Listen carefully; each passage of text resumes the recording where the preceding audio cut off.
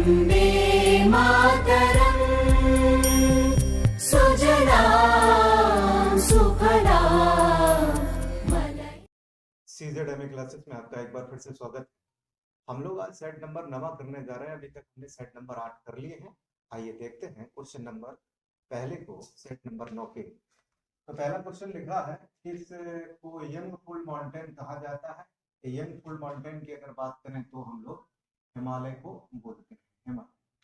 अगला क्वेश्चन है, धर्मनिरपेक्ष राज्य किसे कहा जाता है। ऐसा राज्य जिसका कोई भी विशेष धर्म ना हो, यानी कि सभी धर्मों को समानता की नजर से देखे, उस राज्य को धर्मनिरपेक्ष राज्य कहा जाता है। सभी धर्मों की समानता, सभी धर्मों की समानता अथवा कह सकते हैं कि किसी सरकार का कोई भी खास धर्म से रिश्ता ना होना, यानी कि सभी को एक ही नजरों से देखना। क्वेश्चन नंबर अगला है, भारत के समुद्री मार्ग की खोज किसने की थी। तो आंसर बेहद आसान है, वास्को डिगामा। Vasco da Gama. हम लोग जानते हैं वास्को डिगामा कालीकट के तट पर 1498 में पहुंचते हैं जमोरिन के द्वारा। वहां इनका स्वागत किया जाता है कालीकट के तट पर। अगला क्वेश्चन है, आईपीसी का कौन सा अनुच्छेद अप्राकृतिक संबंध से संबंधित है। तो अनुच्छेद ये 377 है। अनुच्छेद आर्टिकल अगर बात कर ले 377 है। 1860 में ये कानून लाया गया था। अगले क्वेश्चन की तरफ चलते हैं। 1857 के सैन्य विद्रोह के समय गवर्नर जनरल कौन था। तो गवर्नर जनरल उस समय कैनिंग थे। कौन थे। तो कैनिंग। अगला क्वेश्चन लिखा है, सभी आर्थिक वस्तुएं अर्थशास्त्र में क्या मानी जाती है। तो धन मानी जाती है, धन। रोजगार के विभिन्न स्तरों पर वस्तुओं तथा सेवाओं के लिए कुल मांग को क्या कहते हैं। कुल मांग को हम लोग प्रभावी मांग के नाम से भी जानते हैं, प्रभावी मांग।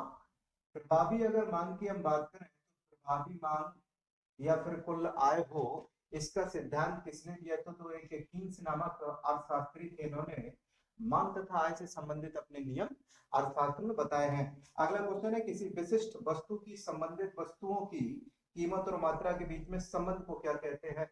तो ये जो क्वेश्चन है इसको हम बोलते हैं उत्तर में क्रॉस मांग, यानी कि प्रति मांग। प्रति मांग कहते हैं या फिर क्रॉस मांग कहते हैं, क्रॉस मांग या क्रॉस डिमांड भी कहा जा सकता है इसे। कम्युनिस्ट मैनिफेस्टो किसने लिखा है। तो बेहद आसान से आंसर है, सब लोग जानते हैं, कार्ल मार्क्स की रचना है। कार्ल मार्क्स की रचना है। कार्ल मार्क्स के साथ में एंजल्स ने भी यहाँ योगदान दिया था। एंजल्स, कार्ल मार्क्स सब लोग जानते हैं, लेकिन एंजल्स का भी योगदान इसमें था। अगर हम बात करें तो ये पुस्तक किस पर है। तो साम्यवाद पर है, कम्युनिस्ट मैनिफेस्टो। अगला क्वेश्चन है, ओबीसी के लिए आरक्षण की सलाह किसने दी थी। तो आंसर है मंडल आयोग ने। मंडल आयोग। मंडल आयोग जो दूसरा था उसका गठन किया गया था। कब गठन किया गया था। तो 1978 में, 1978 में। हम आपको यहाँ बता देते हैं, तो 1978 ईस्वी में बिंदेश्वरी प्रसाद मंडल, बिंदेश्वरी प्रसाद मंडल की अध्यक्षता में 1978 ईस्वी में बिंदेश्वरी प्रसाद मंडल की अध्यक्षता में मंडल आयोग का गठन किया जाता है। और इस समय मोरारजी देसाई प्रधानमंत्री थे। मोरारजी देसाई प्रधानमंत्री थे। और 27% आरक्षण का यहाँ पे सिफारिश करता है मंडल आयोग ओबीसी के लिए। अदर बैकवर्ड क्लास के लिए 27% के आरक्षण की बात है मंडल आयोग ने की थी। ये लिखा है, भारत में राज्यों की सीमाएं बदलने का अधिकार किसको है। तो ये अधिकार होता है संसद को। अब सवाल ये उठता है, संसद में कौन कौन शामिल होता है। संसद में, अगर संसद की बात करें, संसद में 3 मुख्य भूमिका में होते हैं, लोकसभा, राज्यसभा और राष्ट्रपति से मिलकर संसद का निर्माण होता है। अगर हम संसद की बात कर लें तो संसद में कानून पारित होता है, लोकसभा में, फिर राज्यसभा में जाता है और दोनों सदन पारित करते हैं। उसके बाद राष्ट्रपति महोदय के पास जाता है, वो दस्तखत करेंगे, तब ये कानून बन पाता है। इसकी व्याख्या संविधान के आर्टिकल नंबर 3 में की गई है। किसी भी राज्य की सीमा कितनी होगी, किसको कहाँ कितना कम करना है, ऐसा विच्छेद जो बातें हैं वो आर्टिकल 3 में के रखी हैं। अगला क्वेश्चन है, पीतल किसकी मिश्र धातु है। 2 चीजों से मिलकर मिलती है, Cu + Zn, यानी कि कॉपर और जिंक। ये कॉपर हो गया और ये हो गया जिंक। अगला क्वेश्चन है, फूल सुगंध क्यों छोड़ते हैं। तो कीटों को आकर्षित करने के लिए फूलों के द्वारा सुगंध छोड़ी जाती है। कीटों को आकर्षित करने के लिए, कीटों को आकर्षित करने के लिए, आप समझ गए होंगे, आकर्षित करने के लिए हो गया। राष्ट्रगान पहली बार कब और कहां गाया गया? तो आंसर है गाया गया सन 1911 ईस्वी में, कलकत्ता अधिवेशन। कलकत्ता अधिवेशन, अधिवेशन कौन था उस समय? इंडियन नेशनल कांग्रेस यानी कि भारतीय राष्ट्रीय कांग्रेस के कलकत्ता अधिवेशन में 1911 ईस्वी में पहली बार राष्ट्रगान गाया गया था। राष्ट्रगान कहां से लिया गया था? तो गीतांजलि पुस्तक जो है रविन्द्रनाथ टैगोर की, उससे उठाया गया है। और आप कंफ्यूज ना हो, बंकिम चंद्र चटर्जी की आनंद मठ से राष्ट्रगीत है और ये राष्ट्रगान है, दोनों में अंतर है। अगला क्वेश्चन है संशोधित स्पिरिट क्या है? तो 95% एथाइल अल्कोहल को कहते हैं, एथाइल अल्कोहल को कहा जाता है, एथाइल अल्कोहल।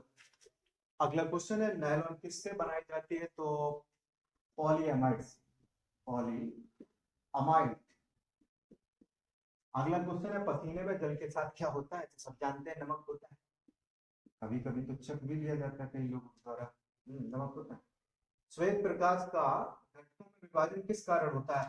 श्वेत प्रकाश आपने प्रतिदिन पढ़ा होगा, इस प्रकार से रेखा आती है प्रकाश की और इसके बाद ये 7 रंगों में बढ़ जाती है, जानते हैं बेनिया पिनाला विब्ग्योर के नाम से। तो ये परिक्षेपण होता है, इस घटना को हम परिक्षेपण, परिक्षेपण के कारण। क्वेश्चन लिखा है नवजात शिशु में कितनी हड्डियां होती है? तो लगभग 270 के करीब, कहीं 280, 300 भी लिखा मिल जाता है, 270 के करीब हड्डियां होती हैं। बाद में हम लोग जानते हैं वयस्क अवस्था में 206 हड्डियां हो जाती हैं। अगला क्वेश्चन है विघटना नाभिक रेडियोधर्मी वस्तुओं को किसमें रखा जाता है? यानी कि बर्तन पूछा गया है, किसका बर्तन बनाया जाता है? तो इस्पात का।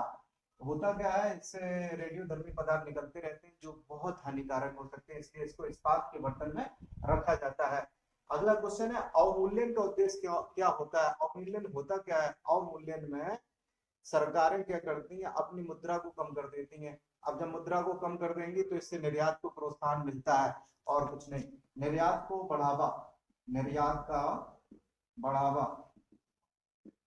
अगला लिखा है मसूड़ों से रक्तस्राव कौन रोकता है? तो आंसर होगा विटामिन सी, विटामिन सी। नाम है इसका एस्कॉर्बिक एसिड, एस्कॉर्बिक एसिड। और विटामिन सी के स्रोत कौन कौन से होते हैं हम लोग जानते हैं, हम लोग जानते हैं विटामिन सी के कौन कौन से स्रोत हैं। आंवला है, खट्टे फल जितने भी होते हैं वो सभी विटामिन सी के स्रोत हैं। राज्य किसके माध्यम से कार्य करता है? तो सरकार के माध्यम से राज्य कार्य करता है। सरकारें आती जाती रहती हैं, व्यक्ति बदलते रहते हैं, सरकार के माध्यम से राज्य चलेगा। अगला क्वेश्चन है रेडियो धर्मता के दौरान उत्सर्जित होने वाली विकिरण कौन कौन होती है? तो मुख्य रूप से अल्फा, बीटा और गामा विकिरण होती है। अंतिम क्वेश्चन की तरफ चलते हैं।